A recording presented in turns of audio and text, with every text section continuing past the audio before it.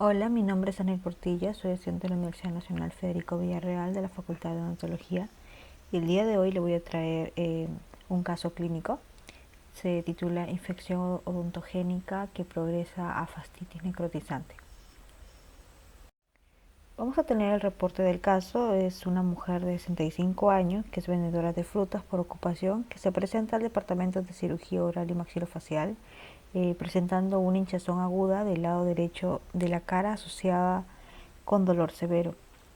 También el olor es fétido y fiebre desde hace 2 días. La paciente estaba mal alimentada, tiene que recalcarse eso. Entre los antecedentes que nos comenta tenemos la extracción de un segundo molar inferior derecho muy deteriorado, que esto ocurrió hace 3 meses en una clínica local.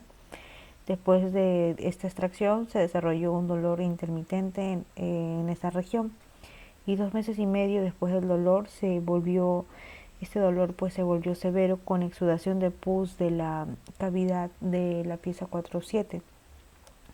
Por esto la paciente pues visitó un hospital donde le administraron antibióticos y analgésicos intravenosos, pero el dolor no disminuyó, ¿no? Y continuó visitando este hospital todos los días de forma ambulatoria para recibir sus antibióticos por vía intravenosa. Fue así que apareció una inflamación aguda en el lado inferior derecho de la mandíbula. A la aspiración con aguja que se realizó de manera extraoral no reveló ningún tipo de exudado ni pus, y como persistió el hinchazón la remitieron recién al departamento de cirugía oral y maxilofacial. Y en el departamento, al examen extraoral, se reveló una gran hinchazón que se extendía desde la línea del ala tragal hasta 2 centímetros por debajo del borde inferior de la mandíbula, superior e inferiormente. La hinchazón afectó ambos labios, que parecían edematosos con un aspecto brillante de piel suprayacente. Había también un pequeño punto de punción en la piel en el sitio de aspiración previa con aguja. El párpado inferior mostró un leve edema y a la palpación la hinchazón era firme. Eh, con respecto al examen intraoral, se reveló una tumefacción difusa desde la línea media hasta la región retromolar. La palpación fue firme y no fluctuante, y hubo exudación de pus observada en la pieza 4-7, que parecía como una cavidad asociada que no podía cicatrizar. Además, el paciente no tenía tampoco antecedentes de ninguna reacción farmacológica, picadura de insecto o otras morbilidades asociadas. El dolor que se irradia fue de naturaleza continua y estaba presente a lo largo de la mandíbula. Tenemos que al examen computarizado va a ser realizado también para evaluar de manera radiográfica, ¿no? Y se mostró la erosión de hueso en la pieza 4-7.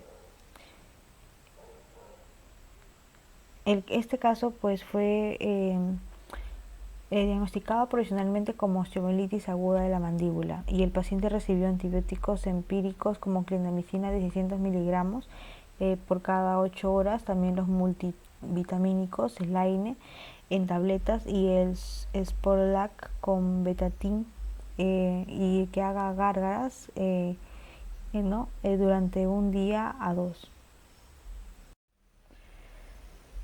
Vamos a tener que la presentación y tratamiento instituido a partir del día 3 se presenta. Vamos a ir desarrollándolo acá cada uno de estos días. Comenzamos con el día 3, en donde el paciente había presentado las mismas características clínicas con reducción del aspecto tóxico, y la fiebre había remitido después de 2 días de tratamiento con medicamentos. Con respecto a lo que se hizo, ¿no? En este día, pues bajo anestesia local se va a realizar lo que es la exploración quirúrgica en la región 4-7 por vía intraoral, y se desbrida el tejido obtenido y se envía al alveolo para el estudio histopatológico. ¿No? Se hace la exploración quirúrgica y no arrojó pus, y se realizaron incisiones intraorales en el vestíbulo bucal 4-7 y 4-3 conectadas entre sí para descomprimir el contenido infeccioso, y se colocó una gasa empapada en betadine para mantener la permeabilidad y permitir el drenaje de la pus o el exudado líquido recolectado. En el día 4 hubo reducción de tamaño y consolidación de la hinchazón extraoral y se notó una pequeña ulceración en la esquina derecha del labio con un ligero aspecto pigmentado de color rojo púrpura parduzco de la piel suprayacente. La irrigación intraoral de la cavidad y el sitio de exploración se realizó con enjuague bucal de clorexidina y se continúa con la investigación de la tomografía computarizada de ascónico de la mandíbula para la evaluación radiográfica de la pieza 4-7. El análisis de diferentes secciones y vistas en 3D reveló que existía una pérdida ósea bicortical en esta región. En el día 6 y 5, bueno, tenemos en el día 5 que se observa costras del labio con hiperpigmentación sobre la cara lateral de la comisura del labio de unos 3 centímetros, sin exudación intraoral y se consolidó la hinchazón extraoral. Entonces se prosiguió con la infusión de antibióticos, se realizó la irrigación con peróxido de hidrógeno. En el día 6 las características de necrosis, ¿no? Son más notorias, se ve lo que es la pigmentación marrón oscura, la consistencia dura y formación de costras, y se notaron sobre el labio que fueron no visibles como se ve en la imagen en el labio inferior. Esta hiperpigmentación fue prominente y se notaron hallazgos similares en el labio superior. El informe de cultivo y sensibilidad de desbridamiento alveolar realizado en el tercer día reveló la presencia de Citrobacter freundi resistente a las cefalosporinas, a la ampicilina y amoxicilina con ácido clavulánico. En el día 7 se observó un aumento de necrosis y formación de costras del labio inferior. El patrón de diseminación desde la periferia hacia el centro se notó y se asoció con el dolor. Por vía intraoral, la abertura quirúrgica se había cicatrizado satisfactoriamente y no había exudación de pus del alveolo.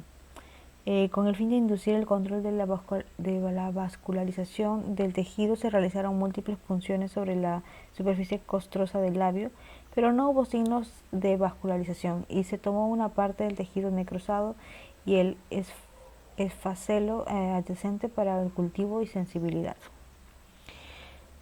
En el día 8 la formación de costras en el labio aumentó notablemente y esta afecta el labio superior e inferior y cruza también parte de lo que es la línea media. Se observó desprendimiento en la esquina del labio asociado con un dolor severo también. Se continuó con los tratamientos, ¿no? Tenemos que se va a continuar con lo que es la clindamicina de 600 miligramos 3 veces al día y se recomendó el apósito en aerosol del Oxum, que es una solución peroxidasa sobre los labios con costra. En los días 9 y 10 vamos a tener en el día 9 que la contracción del volumen del labio inferior era evidente con tejido necrosado que afectaba el músculo debajo de la mucosa del labio y se intentó en este punto pues revascularizar mediante la punción el tejido necrosado, pero no hubo mucho sangrado y se colocó un apósito de Oxum, solución que es, bueno, dijimos que era peroxidada, sobre el labio. Los informes de cultivo van a mostrar una flora normal con Candida albicans y se recomendó al paciente inyección intravenosa de multivitaminas bajo anestesia local y se desprendió quirúrgicamente el problema necrótico y se suturó en continuidad al tejido adyacente. En el día 10 hubo separación del tejido costroso y necrosado del músculo subyacente. Para esto no se cubrió el defecto con colágeno y se suturó con Vicryl de 4 ceros y se reemplazó 600 miligramos de clindamicina por 200 miligramos de faropenem por vía oral 2 veces al día y se continuaron los mismos medicamentos. En el día 11, 12 y 13 vamos a tener en el día 11 que se notaron signos de curación junto con el ablandamiento del tejido con costra y el tejido de granulación con sangrado puntiagudo de la superficie. Tenemos, ¿no? En el día 12 se observaron signos mejorados de esta curación y el día 13 los tejidos cicatrizaron por completo, ¿no? Pero el defecto del labio inferior estaba presente con una cicatriz hipopigmentada del tejido necrosado. Entonces intentó mejorar el contorno de con una inyección de matriz de fibrina rica en plaquetas debajo del tejido labial restante. Y luego de esto, pues el paciente ya una vez hecho ese proceso, ¿no? En esta segunda imagen se puede ver que hay una mejor cicatrización, ¿no? Y luego esto se pudo pues dar al paciente ya de alta. Con respecto a la discusión, ¿no? La fascitis necrotizante es una infección rara de los tejidos blandos que va a afectar principalmente a la fascia superficial y da como resultado el debilitamiento extenso de los tejidos circundantes. Los cambios patológicos van a incluir lo que son trombosis de vasos sanguíneos, supuración y necrosis de la fascia superficial con grasa subcutánea. Aunque existen también muchos procesos patológicos subyacentes predisponentes a los pacientes que tienen fascitis necrotizante, vamos a tener tres factores muy comunes que se van a encontrar presentes. Estos son el deterioro del sistema inmunológico, puede ser ocasionado por diabetes, neoplasias malignas, alcoholismo, ¿no? Entre algunas que están relacionadas. También tenemos lo que es el compromiso de los vasos sanguíneos faciales y por último la presencia de microorganismos capaces de proliferar dentro de estas áreas. Tenemos que la fascitis necrotizante se suele propagar de forma agresiva y el plano de infección será desde los cortes y se separa de la zona subcutánea. Por lo general el músculo no se va a ver afectado. La propagación de la infección se caracteriza por necrosis del tejido subcutáneo y la fascia subyacente, con una rápida propagación de la infección a lo largo de los planos faciales. Considerando estos resultados, de las pruebas de laboratorio se realizaron y se correlacionaron, ¿no? Y en este caso no se puede categorizar un riesgo intermedio. Las estrategias terapéuticas en estos pacientes con infecciones necrotizantes de tejidos blandos son el reconocimiento temprano seguido del debridamiento quirúrgico mediante la eliminación del tejido infectado completo. Tenemos un régimen antibiótico específico del organismo, que es la terapia de elección, pero antes de eso se debe hacer la reanimación con líquidos, alimentación enteral y tratamiento con cuidados intensivos que van a ayudar a superar los síntomas de shock séptico. Bueno, en el caso que nosotros vimos, ¿no? Lo que se pudo observar fue que se presentó signos agudos de infección en la cara y había una necrosis en la piel suprayacente. Inicialmente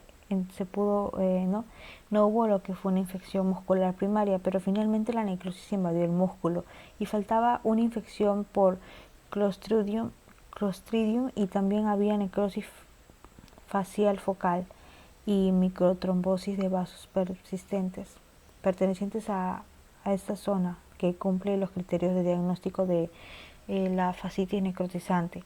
Y había una decoloración violácea en el lado derecho que cubría la piel de la comisura de la boca. Sin embargo, la coloración de la piel morada oscura y la necrosis de la piel son signos de etapa tardía de la enfermedad. Se comenzó con una terapia empírica. Como paciente se nos presentó una condición, este paciente pues no presentó una condición tóxica, entonces el tratamiento incluyó lo que fue la reanimación con líquidos, junto con lo que son antibióticos y analgésicos intravenosos con infusión de multivitamínicos y la terapia de combinación de penicilina con metronidazol o clindamicina, también lo que es cefalosporina de tercera generación con metronidazol o clindamicina, ¿no? O como única cobertura antibiótica con fármacos beta-lactámicos de amplio espectro como el Impennium, cubrirá el espectro microbiano de la fascitis necrotizante. La terapia con antibióticos debe continuarse sobre la base del cultivo microbiológico y los resultados debe haber resultados a pruebas de sensibilidad a los antibióticos. Eso sería todo en esta oportunidad. Muchas gracias por